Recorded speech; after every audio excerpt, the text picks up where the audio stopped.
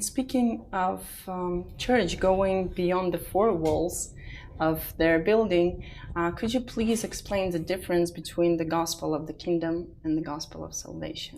Yes, the gospel of salvation is mainly telling people that they need to get saved and be forgiven their sins, and then go to and then stay in church and try to remain in church all their lives, so that when they die they go to heaven. But the gospel of the kingdom says that when you are saved, you are already in heaven, and even though you could still lose your salvation, but you have to intentionally walk away from God to do that.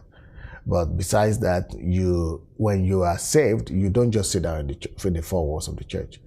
You have to find out why God saved you and what is your responsibility before the society. You have to find out what your calling is.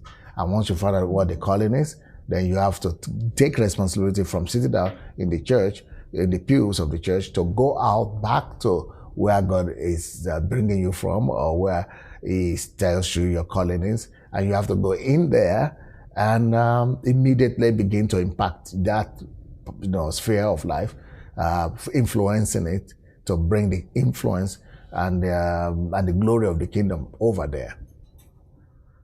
Yeah. Thank you, sir.